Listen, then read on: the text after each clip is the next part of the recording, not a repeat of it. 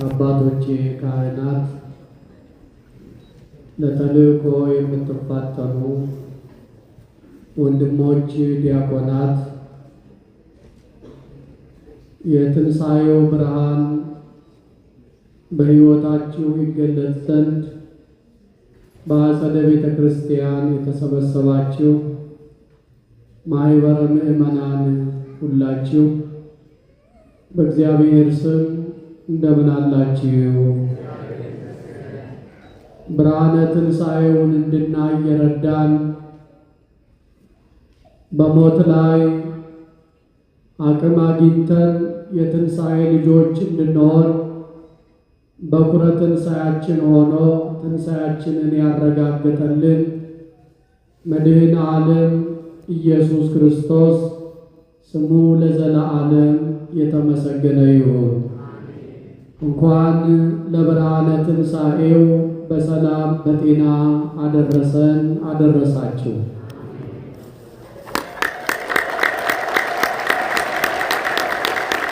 ይሄ ቀን የእልልታ ቀን ነው። ይሄ ቀን የምስጋና ቀን ነው። ይሄ ቀን የዝማሬ ቀን ነው። ቤተ ክርስቲያናችን ዛሬ በተከናወነው እውነት ላይ የተመሰረተች ቤተ ክርስቲያን ናት።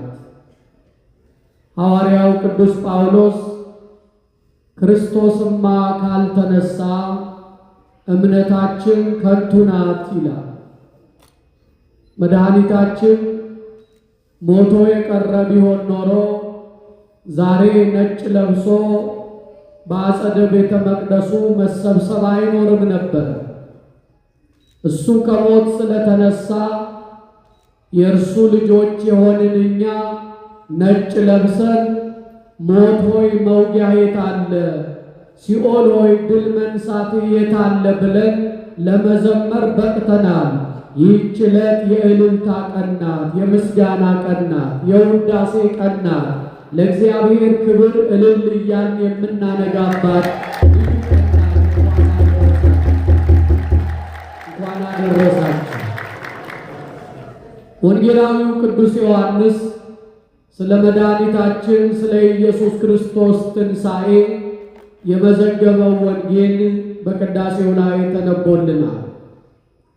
አራቱም ወንጌላውያን ነገረ ትንሣኤውን መዝግበዋል።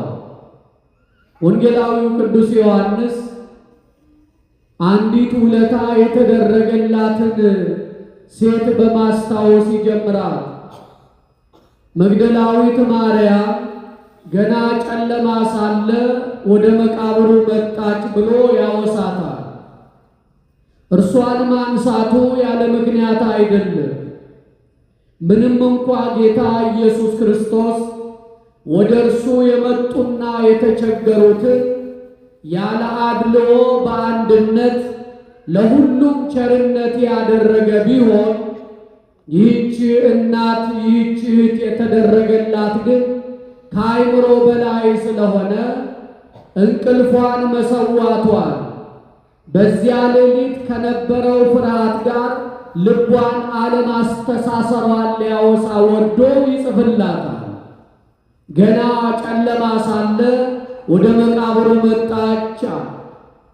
ጌታ በተነሳባት ሌሊት እንቅልፍ የለም ብላ በጨለማ መጣች። እርሷን አብነት አድርገን ዛሬ ከጨለማ ጋር ተፋጠናልኛ።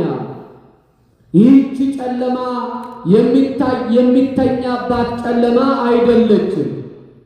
የሞት ሰንሰለት የተበጠሰባት ጨለማ አዳኛችን ንጉሣችን መድኃኒታችን መቃብር ይይዘው ዘንድ እንደማይችል የተረጋገጠባት ጨለማ ስለሆነች እኛም እንደርሷ ይህንን ጨለማ እንቅልፋችንን ወዲያ ብለን በትጋት ቆመን እያመለክነው ነው።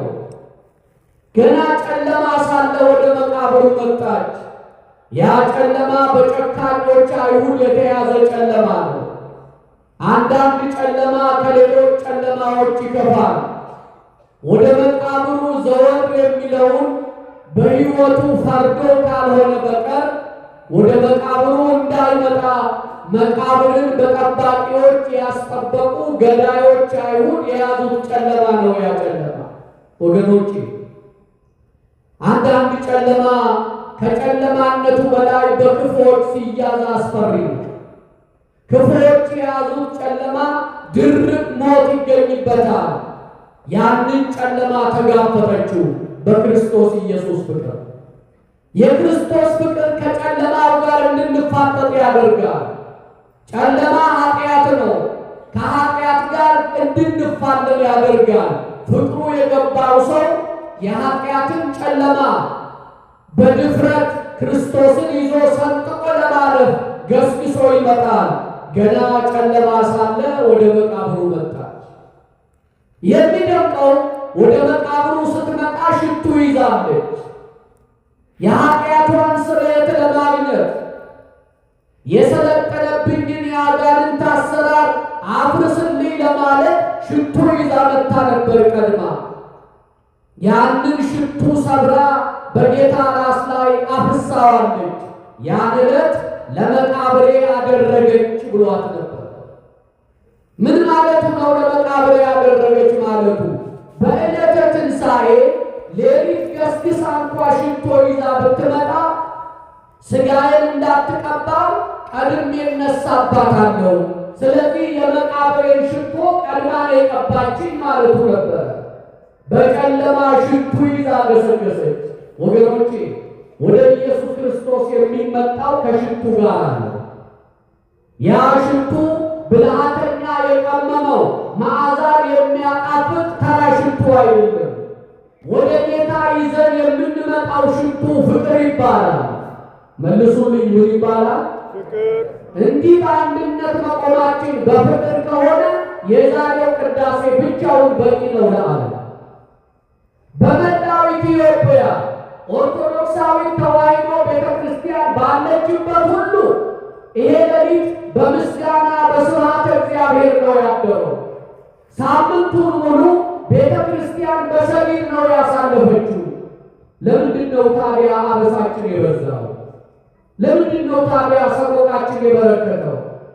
ለምንድን ነው ታዲያ ጸሎታችን ቅድመ እግዚአብሔር ደርሶ መልስ ያላመጣው? ያለ ሐሰት በእውነት እነግራችኋለሁ ሽቱ ይዘን ስላልመጣ። ያ ሽቱ ፍቅር ይባላል። ቀበሌን መሰረት ያደረገ ፍቅር አይደለም። ጥቅምን መሰረት ያደረገ ፍቅር አይደለም። ዝናንና ስልጣንን መሰረት ያደረገ ፍቅር አይደለም። እንደ ክርስቶስ እንዲሁ የሚወደው ፍቅር ነው ሽቱ። ጌታ እንዲሁ ነው የወደደን። እንዲሁ እንዋደድ ይሆን? ሽቱ ይዛ መጣች። መቃብሩ የመቃብሩ ድንጋይ ተፈንቅሎ አገኘች ይላል። ወደ መቃብሩ የገሰገሰችው የሞተ ልታገኝ ነው። ስትደርስ ግን የመቃብሩ ድንጋይ ተፈንቅሏል። ወገኖቼ እኛ ወደ ቤተ ክርስቲያን የመጣነው ስለ ሕይወት ጉዳይ እንጂ ስለ ሞት ጉዳይ አይደለም። እዚህ የምንገሰግሰው ስለ ሰማያዊ ጉዳይ እንጂ ስለ ምድራዊ ጉዳይ አይደለም። ሥጋውን አግኝታ ልትቀባ ሽቱ ይዛ መጣች። በአይሁድ ልማድ አይሁድ ለልማዳቸው በሦስተኛ ቀን የሞተን ሰው ሽቱ ይቀባሉና ያንን ይዛ መጣች። የመቃብሩ ድንጋይ ተፈንቅሏል። ደነገጠች። እንደገና ወደ መንደር ተመለሰች። እንዴት እንደምትንከራተት ይዋል። በእጇ ሽቱ ይዛለች። የመቃብሩ ድንጋይ ተፈንቅሏል። ወደ ደቀ መዛሙርቱ ተመልሳ ሄደች። ይደንቀኛል ሕይወቷ። ደቀ መዛሙርት አልመጡም። እሷ ግን ሽቶ ይዛ ገስግሳ መጣለች። ወገኖቼ በተማርነው እውቀት አይደለም፣ ባለን መንፈሳዊ ኃላፊነት አይደለም፣ በመነካት ነው ጉዳዩ። የተነካ ይቀድማል። ወገኖቼ እኔ ስለ ክህነቴ አልቀድማችሁም። እነዚህ ሐዋርያት ቤታቸው ናቸው። ሄዳ ነገረቻቸው። ጌታዬን ወስደውታል፣ ወዴት እንዳኖሩት አላውቅም አለቻቸው። ዮሐንስና ጴጥሮስ ከእሷ ቀስቀሳ በኋላ እየሮጡ መጡ። ቀድሞ የደረሰው ወጣቱ ዮሐንስ ነው። ወደ መቃብሩ ሳይገባ ሽማግሌው ጴጥሮስን ጠበቀው። ወገኖቼ በትንሣኤ ዕለት ስለ መከባበር እንማራለን። ወጣቱ ደረሰ፣ ሽማግሌውን ጠበቀ። ጴጥሮስ ገባ። የሚገርመው ባዶ መቃብር ውስጥ ራሱ ላይ የተጠመጠመው ጨርቅ እዚያው ራሱ በነበረበት ቦታ፣ የተልባ እግሩ ልብስ እዚያው አካሉ በነበረበት ቦታ ሳይተማመስ ማለት ነው። ልብሱ በክብር እንደተቀመጠ የጌታ ሥጋ ግን እዚያ መቃብር ውስጥ የለም። የነቢዩ ዳዊት ዝማሬ ተፈጽሟል። ጌታ በመቃብር የለም። ወተንሥአ እግዚአብሔር ከመ ዘንቃህ ነዋ። እንቅልፍ ተኝቶ እንደሚነቃ ጎበዝ ክርስቶስ ተነሳ ብሎ የተነበየው ትንቢት ተፈጽሟል። መቃብር ውስጥ የጌታ ሥጋ የለም። ነቢየ እግዚአብሔር ዳዊት ይትነሣ እግዚአብሔር ወይዘረው እግዚአብሔር ይነሳ ጠላቶቹ ይበተኑ ብሎ የተነበየው ትንቢት ተፈጽሟል። በመቃብር ውስጥ የኢየሱስ ክርስቶስ ሥጋ የለም። ወገኖቼ ዛሬ ድረስ ነጭ ለብሰን የምንዘምርበትን ታላቅ ርዕስ በዛሬይቱ ሌሊት አገኘን። ኢየሱስ በመቃብር የለም፣ ከሞት ተነስቷል። የሞት ሥልጣን ተረግጧል። የእኛ ሕያውነት ተረጋግጧል። ሞትን አንቀርን፣ አሸናፊዎች የሆናችን እውነት ጋር ሆኗል። ምንድን ነው የምንማረው ከትንሣኤው እውነት? ምንድን ነው ቤተ ክርስቲያን የምትሰጠን አደራ? ጌታ ሞት አልያዘውም፣ ተነስቷል። ጌታችን ተነስቷልና እኛም ሞተን አንቀርም። ሐዋርያው ቅዱስ ጳውሎስ በአንደኛ ቆሮንቶስ ምዕራፍ 15 እንደተናገረ ክርስቶስ ላንቀላፉት በኩራት ሆኖ ከሙታን ተነስቷል። ሁሉ በአዳም እንደሚሞቱ ሁሉ በክርስቶስ ሕያዋን ይሆናሉ ብለዋል። እንኳን ደስ አላችሁ ክርስቲያኖች። ሞተን ከርሰን በስብሰን አንቀርም።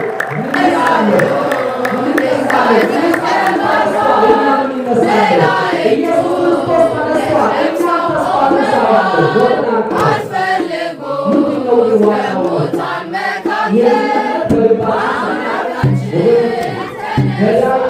ተስፋ ገዳይ ከሆነ መቃብር መቃብር ውስጥ እያለን ትንሣኤው ብናከብር ከቱ አንዳንድ ሰው እኮ መቃብር ውስጥ ነው ያለ።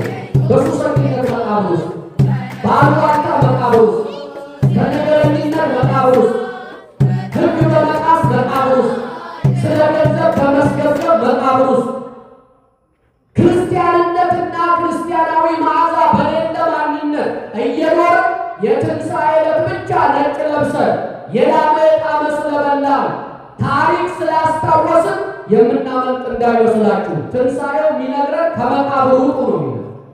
ከመቃብር እንውጣ ወገኖች። መጨካከል መቃብር ነው። ዛሬ እኮ በሀገራችን የሚላስ የሚቀመስ የሌላቸው አንገታቸውን በጉልበታቸው መሃል ቀብረው እንባ ቀለባቸው ሆነው ያደሩአሉ። በዚህች ሌሊት በብዙ ዕዳ ውስጥ ያሉ አሉ ወገኖቼ። በትንሣኤው ዕለት ትንሣኤያችን መረጋገጡን እያሰብን ከመቃብር እንውጣ። ከክህደት መቃብር እንውጣ። ሕግ ከማፍረስ መቃብር እንውጣ። ያን ጊዜ የክርስቶስ ትንሣኤ ለእኛ ሕይወት ትርጉም ይኖረዋል። ያን ጊዜ የክርስቶስ ትንሣኤ በእኛ ሕይወት ይገለጣል። ወገኖቼ ከኃጢአት አልጋ ላይ እንነሳ፣ በጽድቅ እናብራ። የጽድቅ ብልጭታ ሕይወታችን ውስጥ ሳይኖር ዛሬ ትንሣኤ ነው ብለን ሌሊቱን ነጭ ለብሰን አስቀድሰን ቀን እንደ ልባችን ጠግበን ያለ ልክ ጠጥተን የማይገባ ነገር ውስጥ የምንገባ ከሆነ ዛሬ እንቅልፋችንን ባናጣ ተኝተን ብናደር ይሻለናል። ከመቃብር እንውጣ። የትንሣኤው ጌታ ሕይወታችንን ይውረሰው። ያሸነፈንን ያሸንፍልን፣ የረገጠንን ይርገጥልን።